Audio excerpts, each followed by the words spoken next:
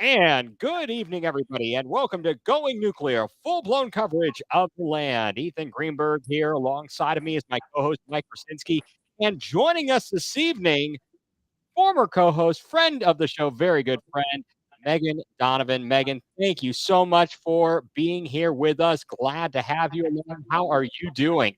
Yeah, thanks for having me. Life's been good, been busy, but we're doing good. Has it been good to you so far? Does Yeah, your I'll say so. does your Maserati do 185 though?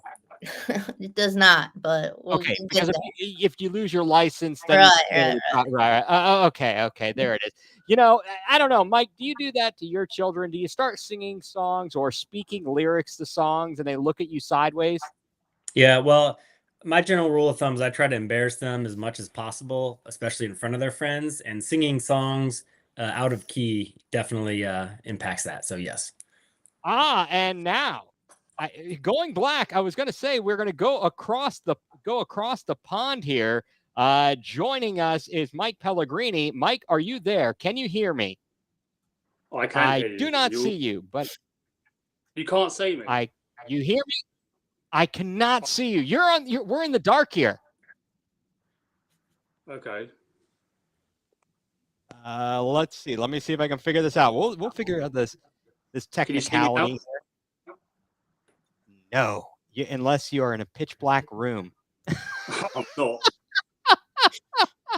Okay. All right.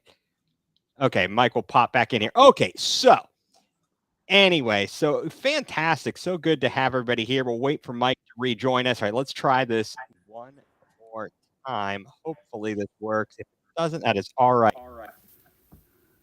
Okay. Working. I do not have you on camera. However, That's bizarre. it is a little bit bizarre, but if you're there, we will keep you on, even if it's just an audio. Okay, because I can see myself on the screen. Well. Don't make any funny faces here, and we won't have any problems.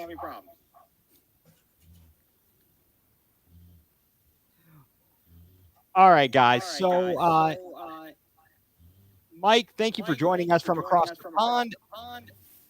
Our guests tonight are Megan Donovan and Mike Pellegrini from the UK across the pond. All right, guys. Mike, let me ask you one thing. Can you hit mute or turn your volume down?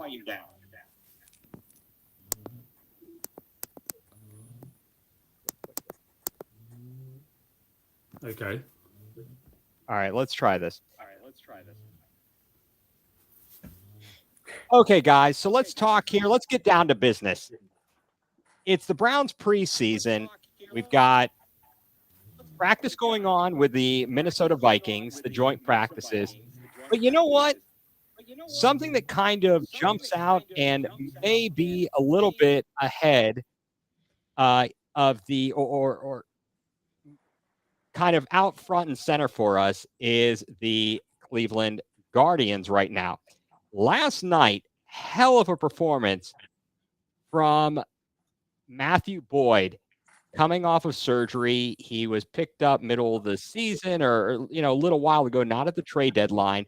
But he wasn't the only star of the night here. And let's take a look here at someone who is really making a great impression. The line by Smiley. And the 2-2. Swung in and ripped to deep left. Away back. Way out of here. Unbelievable. Just an unbelievable hit there by Big Christmas. Beyond the porch and left. And the Guardians have a 2-1 lead.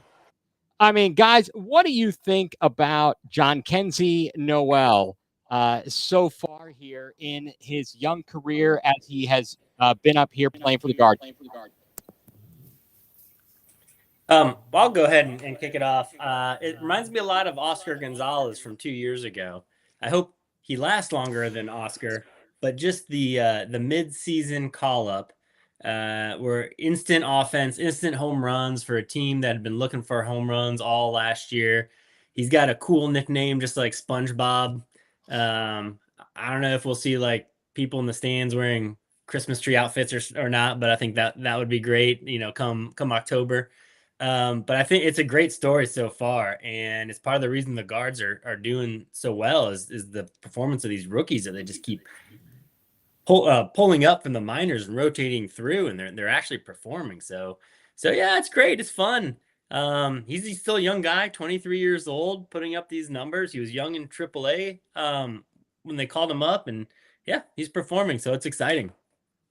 Megan, have you had an opportunity to get down to the ballpark at all this season to catch the Guardians? Not this season, but I'm hoping to kind of get up there maybe before the end of the season. Just, things have just been a little busy with life. Well, these things happen. Yeah. But isn't it just kind of really cool that we've gotten to see the Guardians play this well? Oh, yeah. Really has filled the time here, all summer long. Maybe going into the season, we were a little bit concerned, but now we're headed to the fall. The Browns are going to be starting, the Buckeyes, the Cavs are around the corner, and then you got the Guardians. Also, Mike, we've got the Premier League starting on Sunday, but how have the Guardians helped build your summer? Very, very well, because obviously it's a big part of the summer, so it's kind of good, but also then the late schedule is a bit of a killer. Well, because it's like, what is it, 6 hours ahead there? Are you about 1 in the morning right now? No, I am 5 hours ahead of you, so it's about 10 past midnight at the moment. As the crow flies? What's that? I said, as the crow flies. I don't know. It seems like my dad, who is British, would say that kind of thing. Oh, okay, yeah, but yeah, I'm currently watching the game at the moment, actually. I gotcha. All right. So last night, the Guardians won their 4th game in a row, bouncing back after a 7-game losing skid. Emmanuel Clase saved his 4th game in a row, 4 days in a row, and he avoided an absolute potential disaster on Sunday in Minnesota. Mike, I know you've been following this closely. You've been looking at Cy Young stuff. What were your takeaways from the past 4 days and Emmanuel Clase?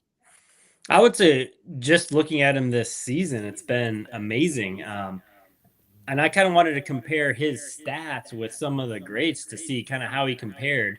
Because looking at his numbers right now, he's got a .64 ERA. He has 37 saves. And so how does that compare? And let's look at who's the greatest reliever you can think of right now, in recent history. I'd have to go either with Dennis Eckersley or Mariano Rivera. Yeah, I was going to say Rivera. Yeah, so I pulled up Rivera's stats, and, I think what makes him so special is his longevity, because he pitched for like 20 years. And that, closers don't do that anymore. But I'll say, like, some of his best years, the best ERA he ever had was 1.4.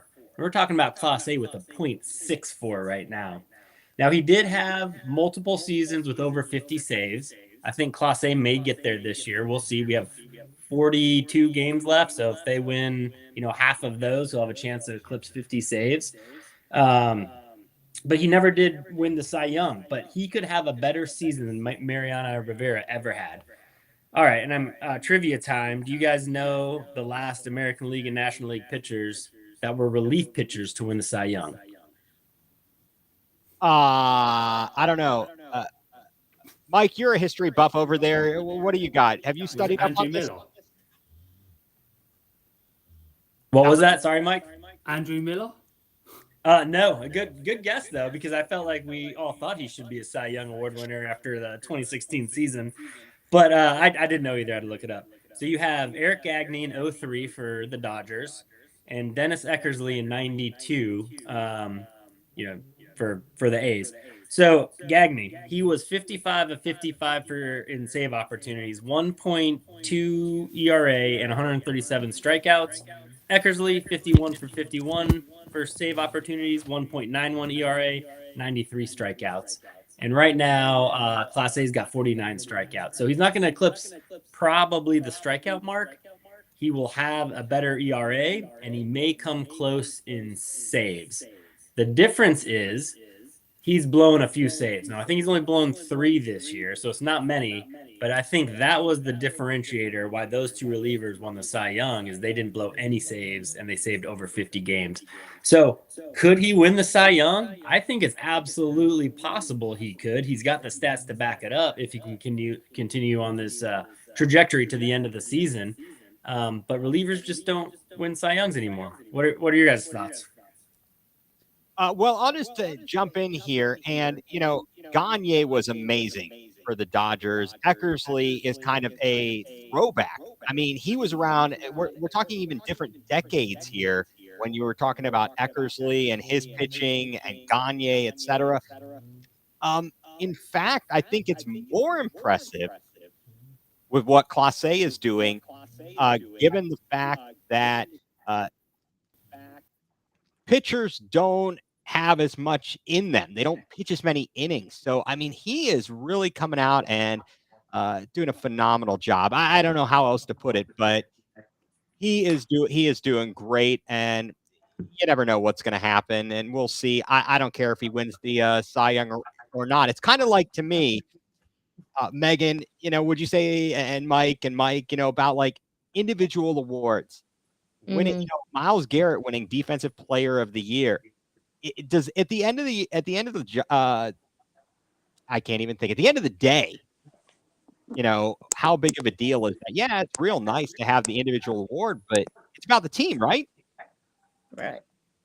So I don't know. We'll see. Hopefully they are able to keep things going here tonight, Mike. Taking on the Cubs, trying to get this sweep of the Cubs before they've got some. I can't even think here. Tougher teams ahead on their schedule. And what do you think about the pitching situation, guys? Well, it's interesting. I'll start there. Like you mentioned Matthew Boyd the other day. What a great performance that was. We're gonna see today how Cobb does. He didn't have a horrible outing his first time up. He gave up 1 3-run home run, and that kind of ruined it. But again, he hadn't pitched in a year, so we'll see. I mean, right now he's in the 3rd inning. He hasn't given up a run against the Cubs, so that's good. I still want to see how we get those how we get McKenzie and Logan Allen back to see if we can fix them before the playoff run. And that would give a lot of dividends and a lot of options for us. Now the Guards are 13-12 since the All-Star break, and 7 of those losses were a 7-game losing streak. And we mentioned at a previous podcast they had the toughest remaining schedule after the All-Star break. So 13-12 is not too bad right now. No, not bad at all. Gavin Williams, certainly a sight for sore eyes there, coming out on Saturday night when the Guardians needed it most after they had dropped the doubleheader the day before to Minnesota, lead in the division down to a game and a half, and he comes out and throws 6 strong innings, allowing only 4 hits, 1 earned run, 3 strikeouts, no walks. So Guardians got a lot of life left in them, right? Yeah, if they only win half the remaining games, they would finish with 92 wins. So that's finishing at 500. I mean, that's that should get you in the playoffs. Yeah, absolutely. Yes, thank you. Yes, absolutely. So moving on here, guys, we just got through, and this, Mike, we're going to go across the pond to you because I want to hear your thoughts. I know you were deeply entrenched in watching the Olympics. What were your overall impressions? And I think we got a message where he may not be able to hear us right now. Okay. I saw something pop up. I don't know, man. I watched the Olympics all day. All right, Megan. It was wild. Like I lit all day, every day. I was so glued into them. I thought they were great. Yeah. Now, did you watch the the opening ceremonies, the closing I ceremony? did. I didn't watch. I didn't get to catch the closing ceremony, but I watched the opening ceremony. Okay, and what were your thoughts? I know. Well, first of all, I guess overall, we're not going to. I'm going to go a general question and then a specific question. Okay, Okay, Megan? sure. So the general question is this: what did you think of the overall opening ceremonies? Did you like them? Did you not like them? I mean, I feel like every Olympic opening ceremony has that like weird side to it, like that very like artistic whatever they like side to it. So I just kind of was like whatever. Like I know there were issues with that, people had issues with some parts of it, but I wasn't like buttered over it. Like I'm just like what is what it is. Like like there I feel like every time something's like funky in one of them. I mean, remember the one in like I don't know, like is it like Beijing and they had like the 1,000 drummers and all that? Like that was crazy. That was. What about the guy from I forget which country, but he basically came out in his native dress, which was like a loincloth. Yeah. Yeah, I remember that. I don't know.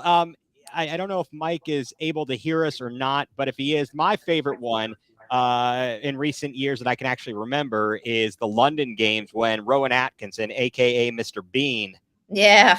was in the opening ceremonies, and that to me was phenomenal because I love that guy. Who doesn't love that guy? So the United States leads the way in overall medals, and they tied China for gold medals at 40. I mean, we had some excitement in those last couple of days. Just in the track and field was amazing. The basketball, the women's basketball, boy, that was more of a fight than I think anybody expected. That was a good game. It was okay. It was a close game. The officiating was awful. Well, yeah. What are you gonna? Well, right. So I mean, it was good, but I wish it would have been officiated a little bit better. Okay, Mike, are you with us? I am with you. Sorry about that. That's all right. We're glad to have you on. Okay, so we were talking. So you were glued to the Olympics. What? And Megan was sharing that she was glued to it as well. What were your thoughts overall of the Olympic Games?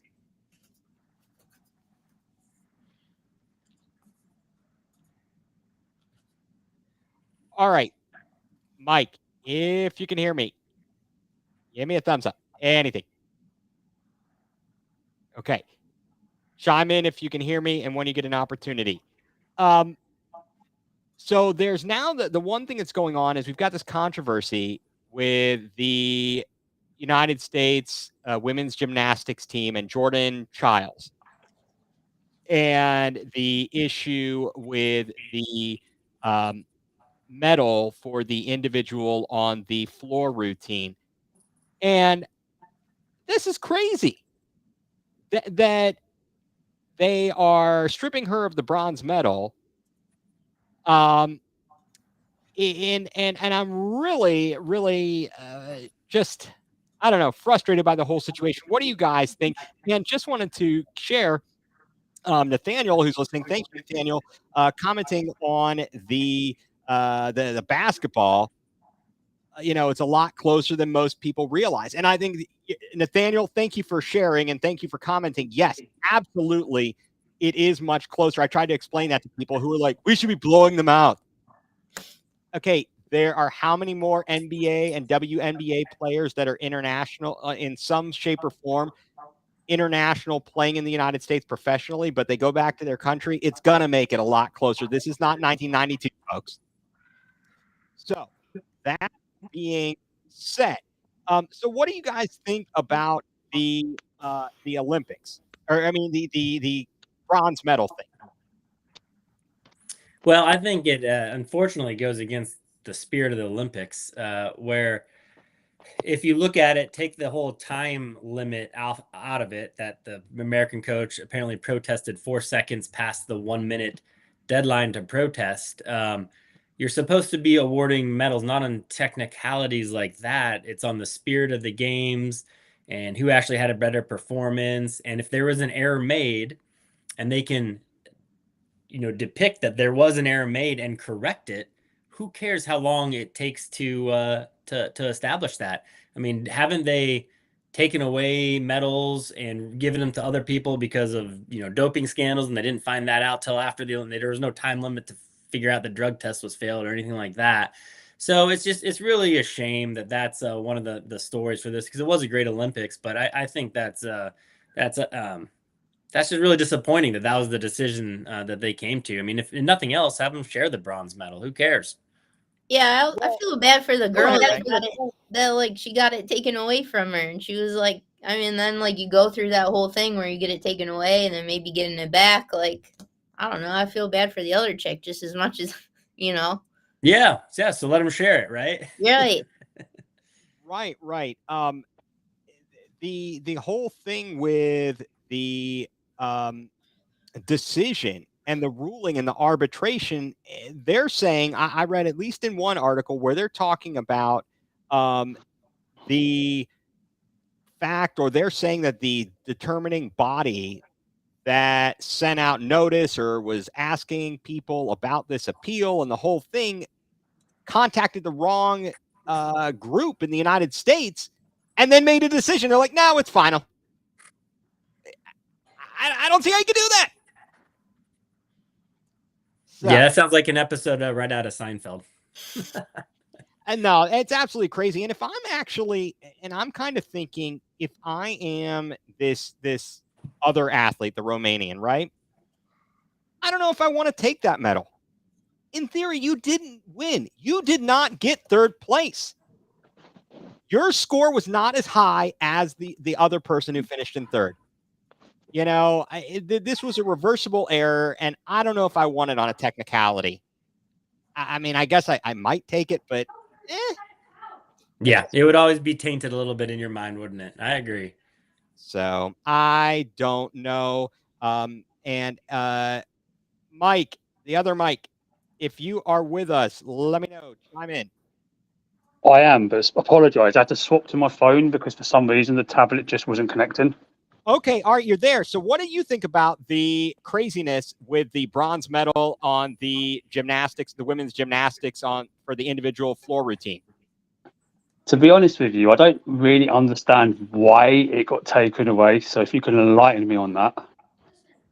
Well, basically, and Megan, I mean, I'm going to do my best. Anyone fill in the gaps. So essentially, the American, so Jordan Childs completes her routine. She is the last to perform. They pop up a score, and the United States coaches goes to the judges, and I think it was a difficulty score, and you've got X amount of seconds to appeal. Mm-hmm. The judges listen to the appeal like, you're right. This was should have been 1/10 higher. And by giving her that extra 1/10 of a point on the technical difficulty, that raised her score to give her the bronze medal. Well, now the Romanian Olympic group, whatever, they appealed it and said, no. The U.S. Team, they didn't get to the judges and make the inquiry within the allotted amount of time, which is allegedly or is supposed to be 60 seconds.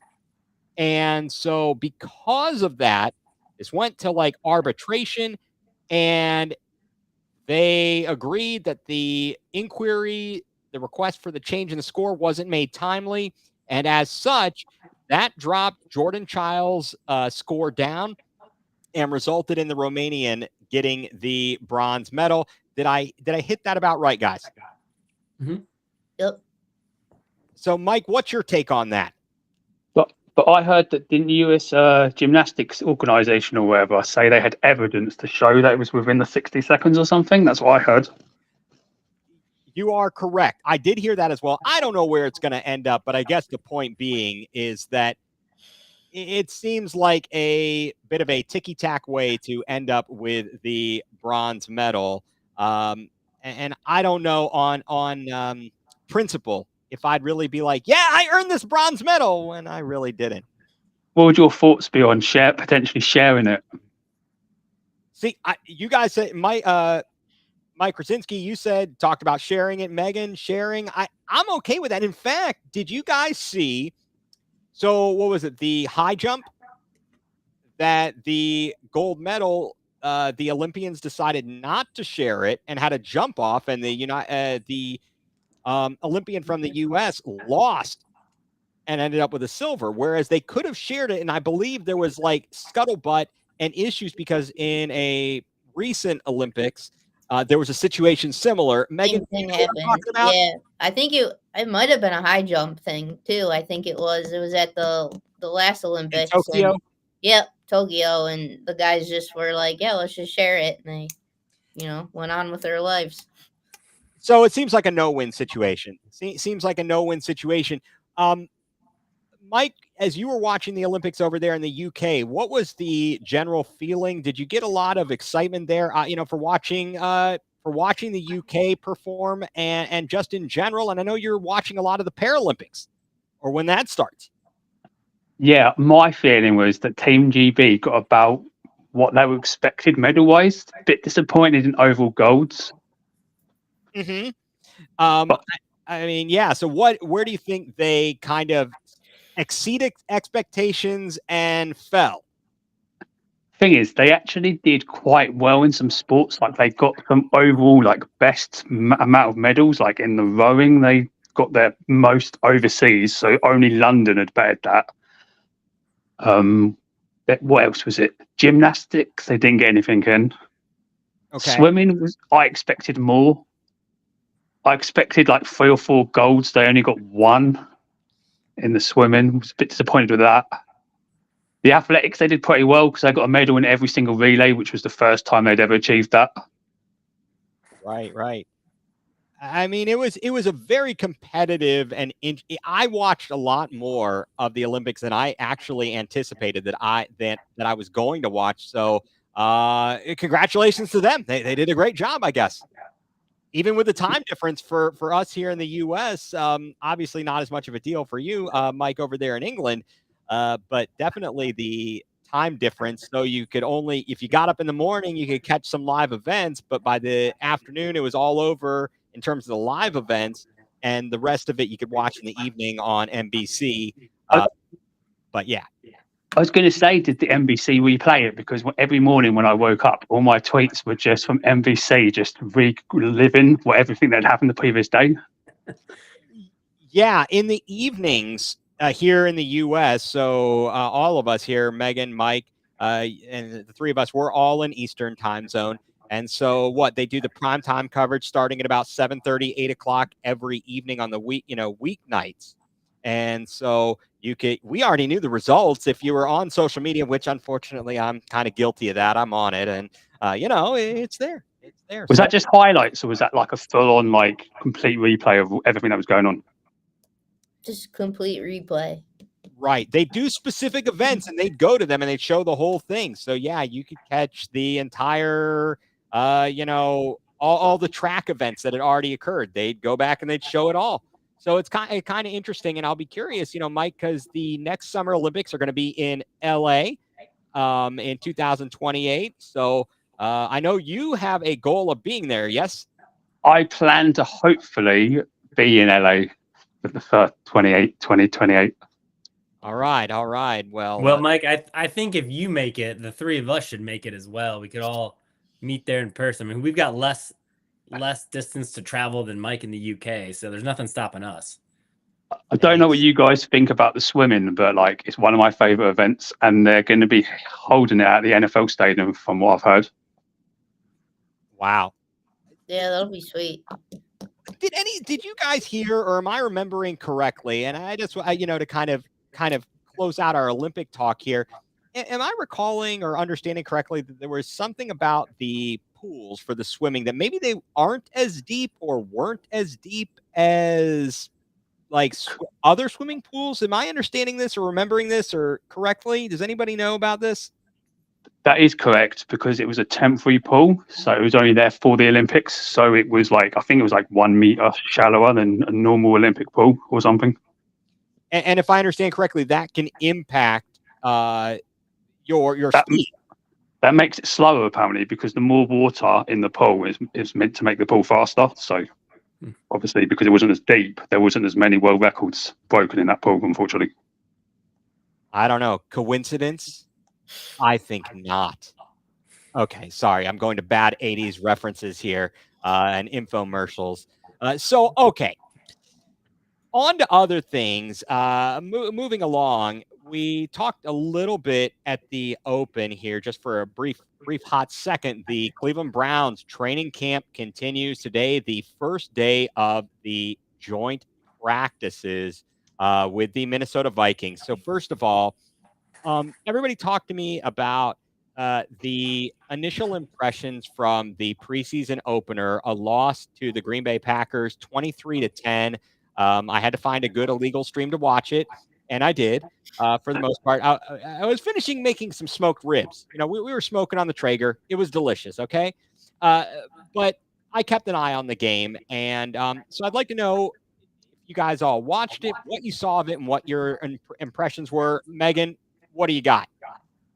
I mean, first off, it was exciting to finally see football, so hyped about that. But honestly, I was a little like unimpressed with the backups and the guys that were out there. I mean, obviously, I know we're not playing starters and whatever. There were a few out there for a series or whatever, but a little concerning. They seemed a little lackadaisic on defense, and I know they hit a pretty big injury on offense when the center went down, so that wasn't good. But I mean, hard to tell. It's so hard to tell with preseason.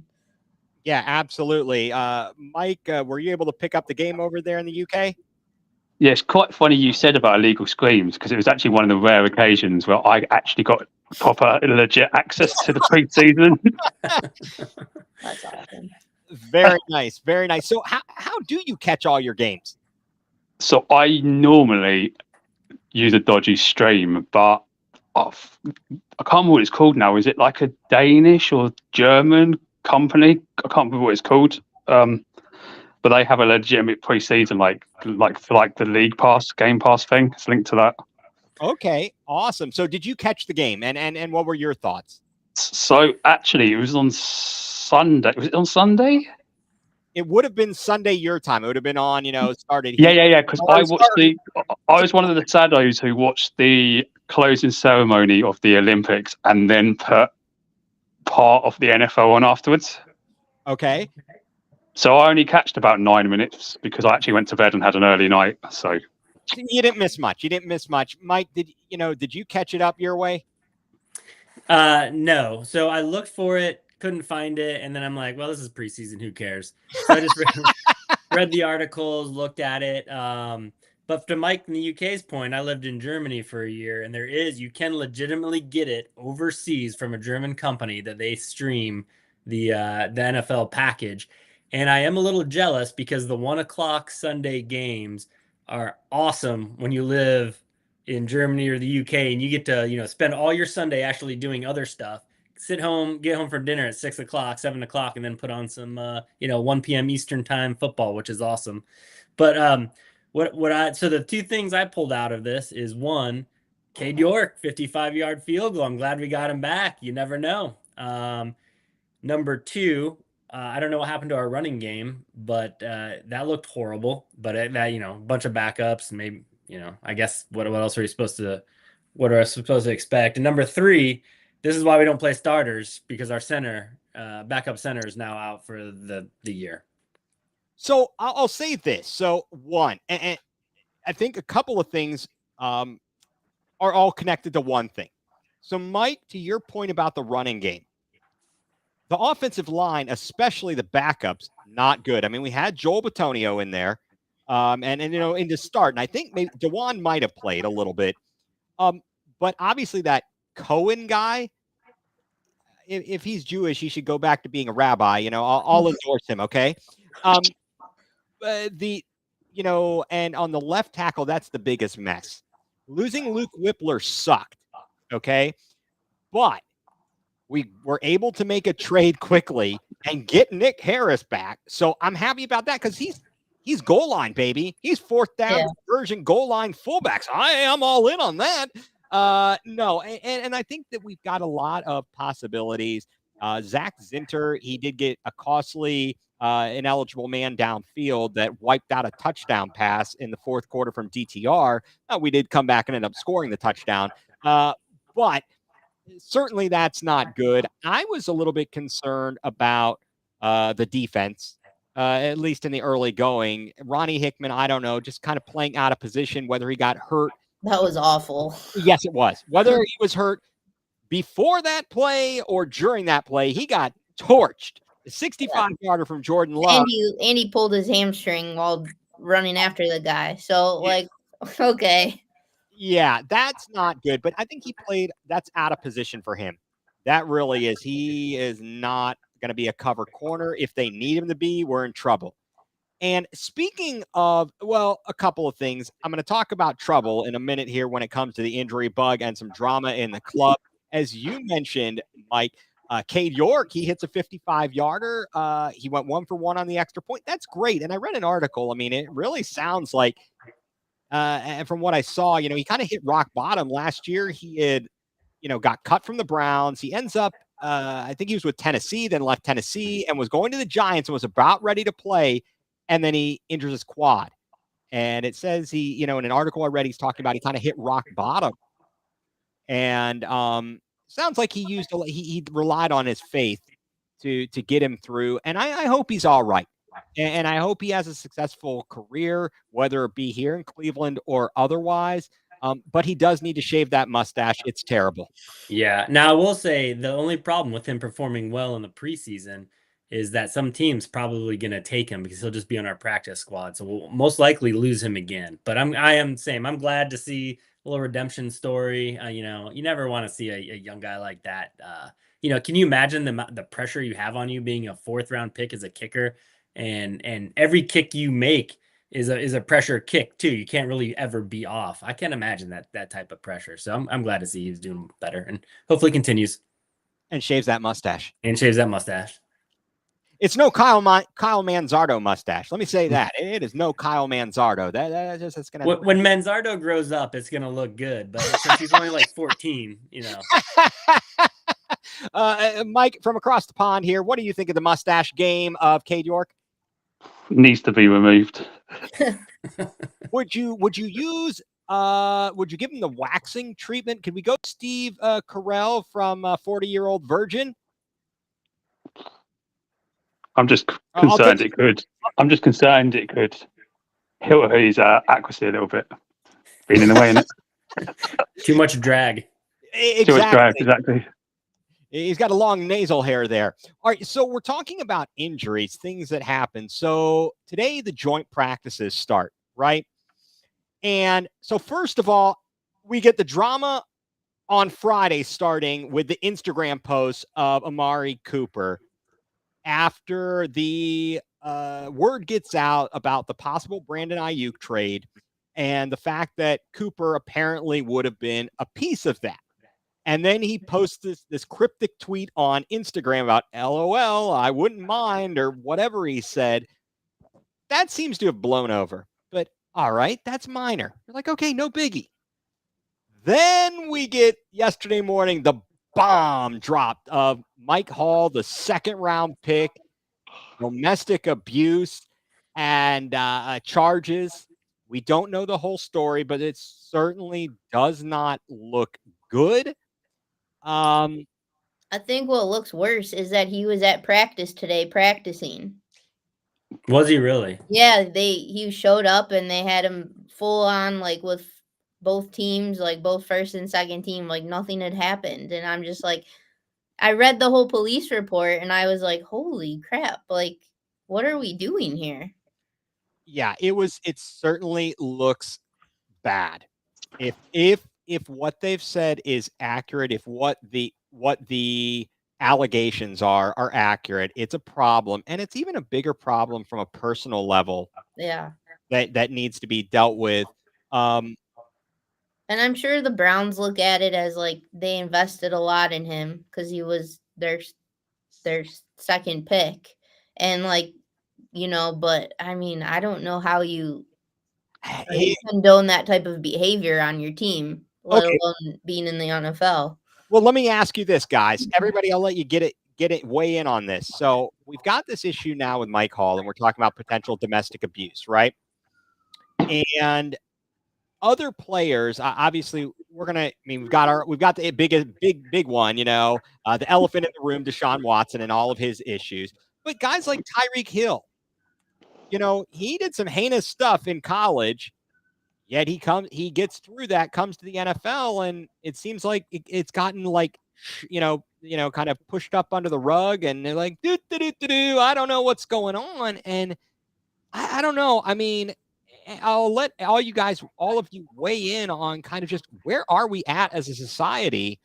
Where is it that you should get second chances, or is it that you're only getting a second chance because of your athletic abilities, or I don't know, your stature, your political or professional stature? Yeah, I don't know. I think it's wild. Because then I remember the other guy that during the off season he got the DUI for crashing into the building, and they cut him the next day. So you're just like, where's your line here? Very inconsistent. I mean, Mike, you're watching it from afar. Have you read up on this, or do you have an opinion on this? It seems to be a regular occurrence, like every off season, someone on our D line is just doing something stupid to get kicked off the team. He's got a good precedent there. What do we got? Perion Winfrey. Who's the guy? Malik Jackson. That was formerly from Michigan State, was up in Seattle. We gave him kind of like a fresh start, and then he was like caught naked in the park. Am I remembering this story correctly? Anybody? Yeah. It rings a bell. Okay, I'm good. My memory's not failing me yet. I'm not too old for this. So we've got that drama, and then today at the practice, I heard the report. They're talking, and they're like, "Oh, we don't see Denzel Ward out there." Now, then they're talking to Stefanski after practice, and Stefanski says, yeah, he's in the protocol. And from what I've read, the issue is this, guys. 7 years in, I believe, and this might be about his fifth concussion. It may be a concussion. Now, I will say I read Mary Kay Cabot. She did not say it's necessarily a concussion. She said, it could even be a neck stinger, and that could put you in the protocol. He was out on the field apparently at some point. So that would lead me to believe that's not horrible, because light sensitivity can be an issue of a concussion.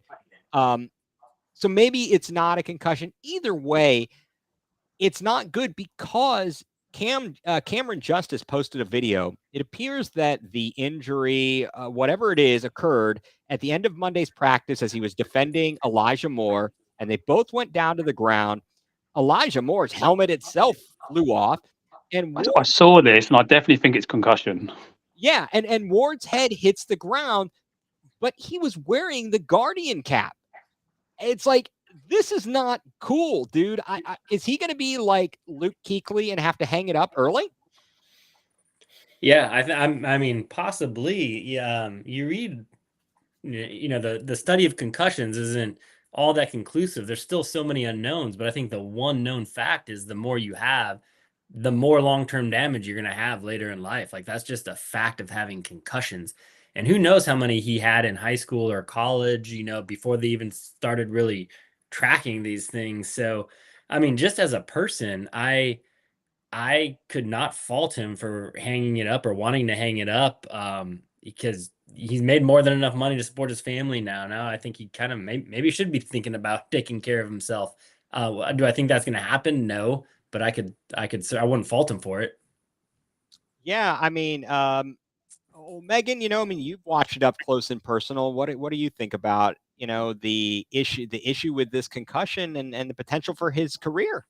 Yeah, I mean, you like you mentioned right off the bat, I mean, this isn't like his first or second concussion. I feel like he struggles with those every season, along with the other list of injuries that he always gets. And I mean, it sucks because he's such a great player, but I mean, I've always said it, the guy's made of glass, I feel like, because he's never healthy for even a significant portion of the season. I mean, you're always losing him for 2 weeks here, 2 weeks there. So Exactly. Now, Mike, I've also, question for you as we talk about concussions, because you are so close to it, and obviously soccer being the number one sport there in Great Britain. in the UK. And there's a lot of talk here, even with kids playing soccer and they're heading the ball and concern for that. I mean, what are your thoughts about concussion issues there in football versus those that are playing soccer, et cetera? To be honest, you don't really see it that much in soccer. Like, it's mainly an NFL issue because the frequent concussions are more of heading the ball. That's more of the long-term brain damage issue rather than concussion. Okay. That makes a lot of sense. That definitely makes sense there. So I don't know, but let me play you this clip because I want to get your thoughts on this. This was at the Greenbrier. A couple of questions from the press. I know at least one of the questions was from Tony Grossi. The other question may have been from Mary Kay. And this was at a press conference. So bear with me here. Let me play this. Denzel talking about the Guardian cap, etc. I don't like wearing it, but yeah, unless you change it like the top helmet, like 3 helmets or something like that, then you could get out of it. But I mean, it's just something getting used to. It's just something new. So, but personally, yeah. I like to be as light as possible out there. So. So he says, I don't like to wear it, etc. Here's the next clip. Concussions, would you consider, Say it again. Given your history with concussions, would you consider wearing the Guardian cap in games? As of right now, no. And I know I got a few concussions, but I don't go out there thinking about the concussions. Like I did a lot of research over the season and the off season on concussions and just how to treat them and stuff like that. So yeah, I'm not too concerned about it going out there. I go out there, play fast, play hard, and try to win games. That's not my focus on whether I may not get a concussion. I mean, you don't know what's going to happen out there. The game happens so fast, but yeah, I'm not real worried about it. They've come out with a variety of helmets now that you can choose from. Have you looked into that, and just, what are your thoughts on the flexibility the league is giving players to choose their own protective headgear? Yeah, definitely appreciate the flexibility. I have looked into the few helmets. I'm going to look into it more. I've been talking to the equipment staff in there just to see the different helmets and fitting and everything. So definitely got to see about getting size for one and see if I like it, how I feel out there on the field. But I definitely looked into it, though. You finished second. All right. So what did you guys take away? He's like, oh, I don't think about concussions. I did my own research. If I hear one more person doing their own research, I'm going to lose it. Is anybody else sick of everybody doing their own research instead of, letting the people who specialize in this talk to you? Yeah. Please, like the thing that comes to mind when I hear this too is, do you remember the movie Spaceballs and the large Darth? Yes, Darth helmet. Whatever his name was. Yeah, his helmet. That's all I can think of. The other thing is, do you also remember? I got a little guest here. Me. Do you also remember that they tried to convince, I think it was Shaq, to shoot free throws underhand? Because it's statistically proven that the best way, the most accurate way to shoot a free throw is doing the granny shot, like the underhand granny shot. He would not do it. And I don't know what his quote was. Something like, I'm not going to look like a sissy shooting underhand, even though it would have helped his team and, improved his statistics, but it was not manly enough to do in a game. I think the same thing is going on with these Guardian helmets. So if they are proven to reduce concussions, why would you not wear them in the game, except that they just look funny, just like a granny shot looks funny in basketball, and these players will refuse to wear them just because they look funny, even though it would help them for their long-term health. Exactly. Megan, what do you think about that? Or anything add to that? Yeah, I mean, I kind of wish he would kind of look into it a little more. I mean, it's not, again, like it's his first rodeo. So, but I mean, hopefully this is just a precautionary thing, and we can just go out there and we can all stay healthy. That's all you hope for. Exactly. So we've got that going on. So I wanted to ask some questions here because of the other news going on. So I guess actually I'm going to go one step and then come back. Other teams, they got their own problems. You got the Brandon Ayuk issues going on. And part of that, he's talking about, I want to go to Pittsburgh. Well, now it sounds like Pittsburgh doesn't want to ante up enough. And good. Yes, good. I Exactly. want no business of him in the division. Thank you very much. He can stay in San Fran. Unhappy. Yes, that's exactly what I was thinking. And Mike and I were talking about this last week. It's kind of like the double. It hurts doubly bad if we're pursuing him, didn't get him, and then he goes to another team in the division and comes back to hurt us. That would really stink. It sounds like he may end up staying in San Francisco, which as you said, Mike, I'm perfectly fine with that. You've got the issues with CD Lamb down in Dallas. Boy, Jerry Jones, why What's- does he hire a GM? What's happened there? I don't know how to explain it. CeeDee Lamb, he's under contract, but he wants more money, and so he's showing up but not practicing. Am I getting this correct, guys? Yeah. Okay, so there you have it, Mike. CeeDee Lamb, he wants more money.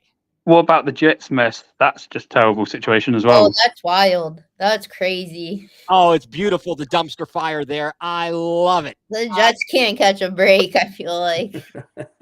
Well, you know what? In as much as people didn't like the Browns move to get Watson and go all in on Watson, the Jets differently, but they did the same thing, an all-in move with Aaron Rodgers. And that team is jacked up. For as bad as our picks have been, Zach Wilson, really? You want to get nah, man, that's terrible. Oh, that was terrible right there. So yeah, I got dumpster fires all over the place there. Now, so the other drama going on, and Mike over there, I want to ask you some questions about stadiums. Okay, the Browns are talking this, all this stuff going back and forth. Originally on August 2nd or August 1st, the city of Cleveland issues a statement about what they'd be willing to contribute toward a renovation, a project, etc., and how they would kind of pay for that. They asked for a response within 10 days. And the Haslam Group, they had a miniature statement. And then last week, they released a video of this Brook Park facility, this roofed enclosed stadium, and that would cost, the stadium itself would be like 2.4 billion. As opposed to an overall 1.2 billion project to renovate the current stadium, et cetera. And then this week, the county, Cuyahoga County, they've got some spokesperson, this clown, Chris Ronayne, coming out and saying, oh, we don't think so. We don't think so. Blah, blah, blah, blah, blah, blah. And it doesn't work for the city and yada, yada, and so on and so forth. Now, Mike, Tottenham Hotspur has the newest stadium in the English Premier League, correct? Correct. Okay. They went from playing at historic White Hart Lane to building the new Tottenham Hotspur Stadium. They host one or two NFL games a season? I think it's just one because Wembley hosts one, right? Correct? I think it might be. Is it two? I swear it's two. I believe you're correct. It is two, but they built this beautiful new facility. So what I want to ask you is this. Because some people who are against the Browns building in Brook Park, one of their concerns is how much is it going to cost to get tickets to the game? Was there a noticeable difference? I don't know if you were able to attend a lot of games at White Hart Lane versus the new Tottenham Hotspur Stadium. If so, what's the difference in the ticket prices? So I'm not a season ticket holder, but from what I understand is they increased it by a certain percentage. But I can't remember off the top of my head how much it was for the season tickets, but it was quite steep, if I remember correctly. It was like 7, 8, 9%, something like that, maybe a bit higher. Right. But at the end of the day, is it one of those things where the prices of activities goes up over time, and to get a better experience, are you willing to pay a little bit more? Probably. I guess it depends, but I mean, I know it's not kind of a apples to apples situation, but I was just curious because some people could have said they could have balked, and I don't know how they funded the stadium or stadiums in the UK. Do you have any kind of information about how that works there as opposed to what happens here in the US? I think it involves all sorts of loans and stuff like this. Not entirely sure.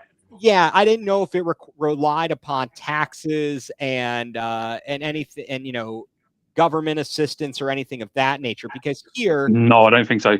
Borrowing a lot of money. That's all I know. yeah. So I don't know, guys. I mean, Megan, you're fresh here with your opinion and thoughts on this.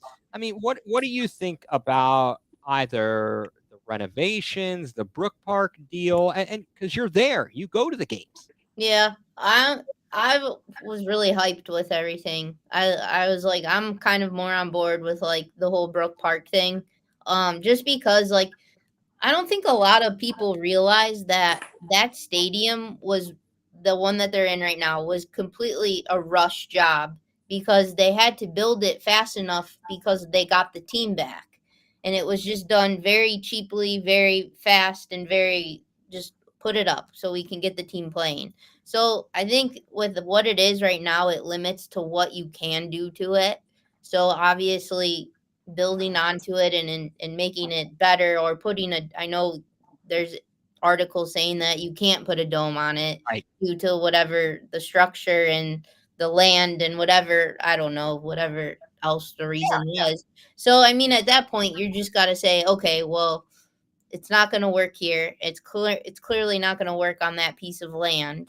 So you look, there are a lot of NFL cities that they play outside of their city. So I don't know. I think it's smart. And from what it looks and feels like, I feel like it's kind of going in that direction of the Brook Park. Yeah, I mean, Mike, you and I have talked about this a lot, but I mean, having seen and thought about it for another week since we saw that video presentation, seen the response by the county, do you have any kind of further thoughts on that?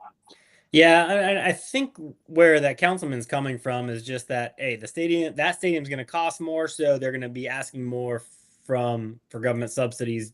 Whether it's 50% for each project, 50% of Yes. 2 billion is more than 50% of 1 billion.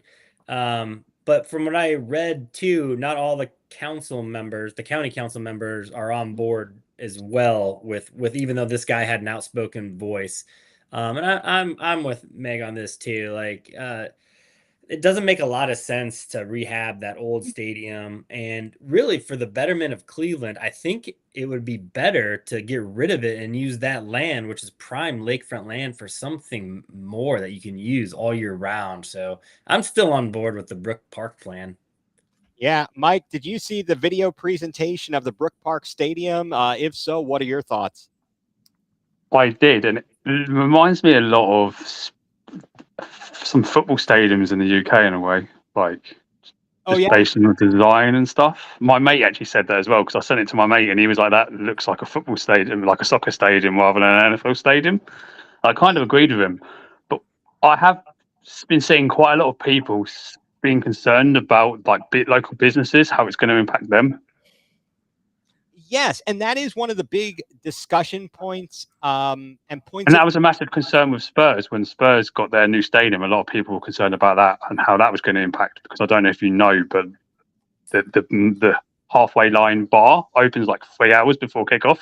Okay, and stays open after games. Mm-hmm. So people were concerned that was going to have a massive impact on the local businesses because obviously people would stay in the ground rather than go to a local pub afterwards. Okay, and how has that worked out? Have there been a lot of businesses that have been hurt and have had to close since the new Tottenham Hotspur Stadium opened?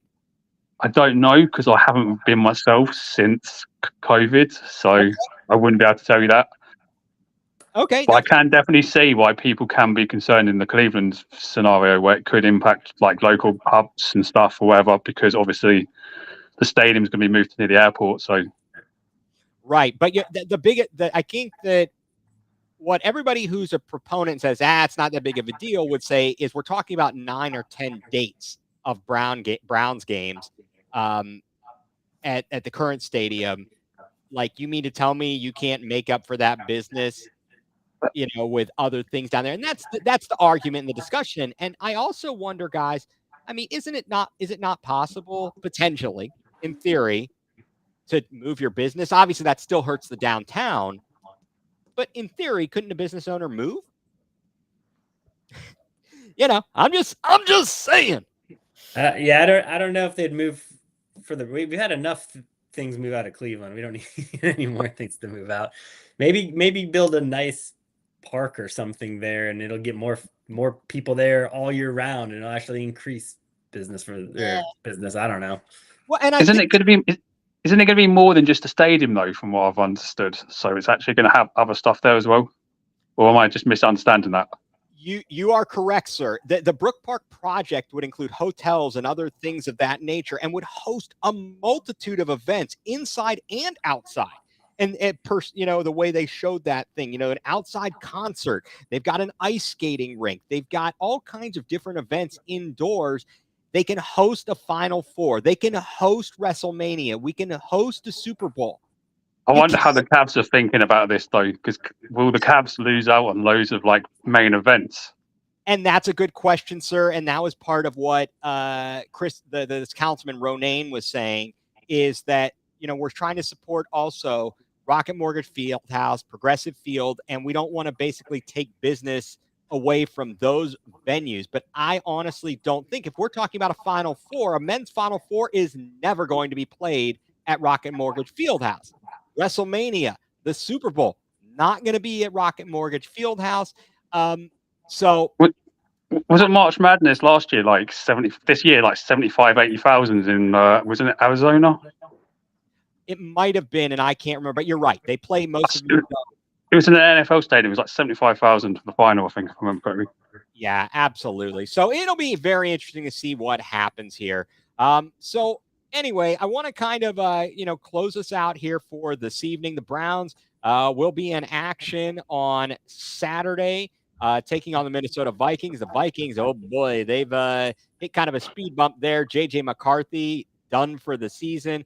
But I was listening to Jeremy Fowler on Cleveland Browns Daily. He jumped in and said basically it doesn't change much because they probably were going to roll with Darnold anyway.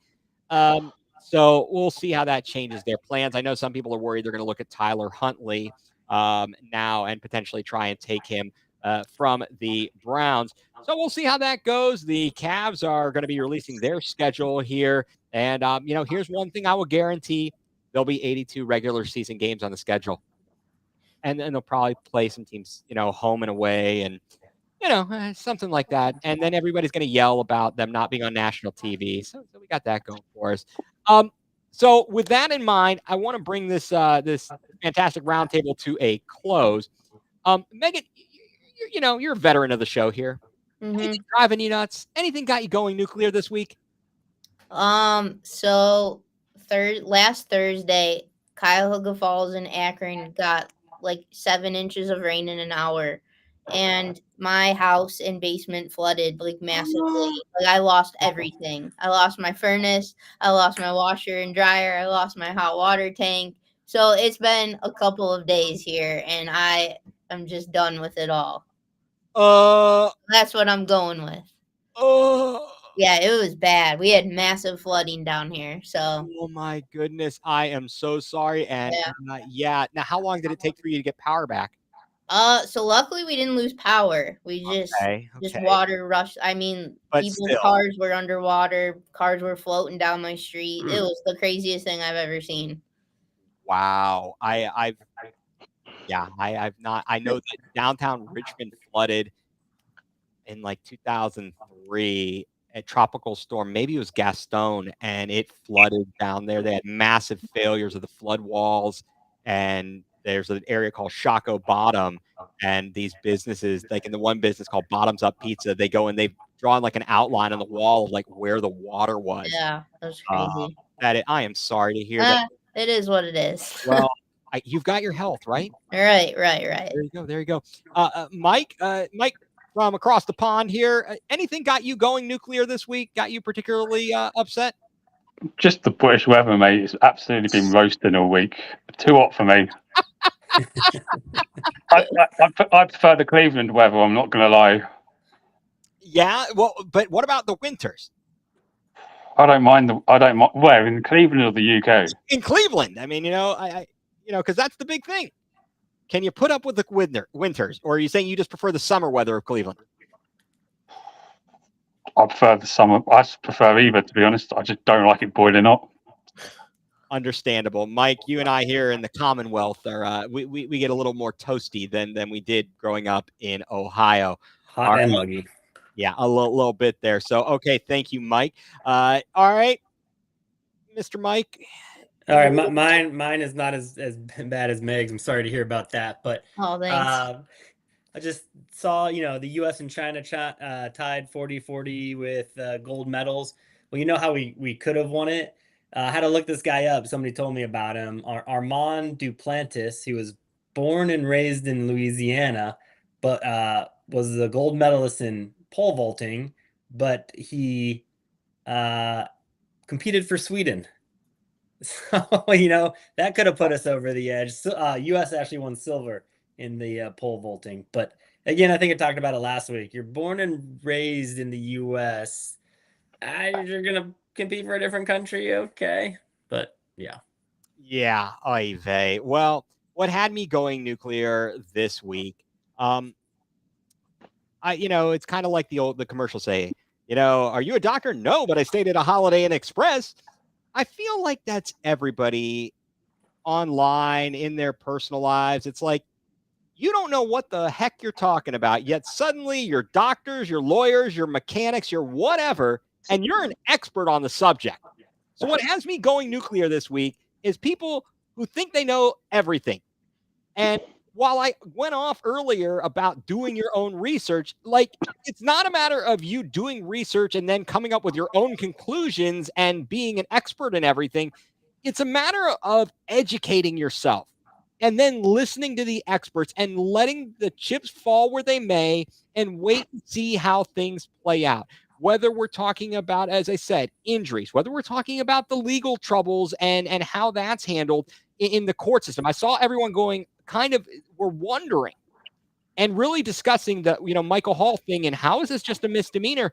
Well, if you look at the way that the Ohio code is written, it's not that clear cut as to what falls as a felony and what falls as a misdemeanor. So people trying to make these conclusions and making statements and questioning and stuff like that, it's fair to question it, but look into the background of it a little bit so that you can understand it. And then, try and wait till the people who had an opportunity to kind of process it and don't jump to conclusions. This is not Office Space. I'm not going to try and kill myself and then get hit by a car and then create a game called Jump to Conclusions. Anybody guys? All right. I'm with you. Megan, did you see Office Space? Yeah, I did a while ago. So Spakowski. Oh, yeah. You gotta jump to conclusions. You see, you jump to conclusions. Mike, over there in the UK, did you ever catch Office Space? I know that's an oldie, but for you, but did you catch that movie ever? Never heard of it, mate. I'm not gonna lie. Oh, I don't know what you got. That's gone over my head. Yeah, sorry about that. I do that to everybody. I've got all these lame references in my head, and they manage to go over most people's heads because I don't know. It's my what does my wife say? My polluted stream of consciousness. So that is what has me going nuclear this week. So again, I really want to thank our guests, Megan Donovan, former co-host of Going Nuclear. Thank you for joining us. We will have you back anytime. Yeah, thanks Love for talking having to me. you and looking forward to Brown season. Mike from across the pond, we will work out the technical difficulties. Love having you on. Keep on keeping on. And just want to apologize about that because I don't know what happened at the start. Sorry, we got it. We're good. We know how to roll with the punches here, flexibility and stuff. So for Megan Donovan and Mike from the UK, Mike Pellegrini, thank you for joining us. Mike Rasinski. Always a pleasure. Thank you for being here again. Next week, we plan on having another guest. Stay tuned on the Twitter and following here on social media. And for myself, I'm Ethan Greenberg, and you've been watching Going Nuclear, full-blown coverage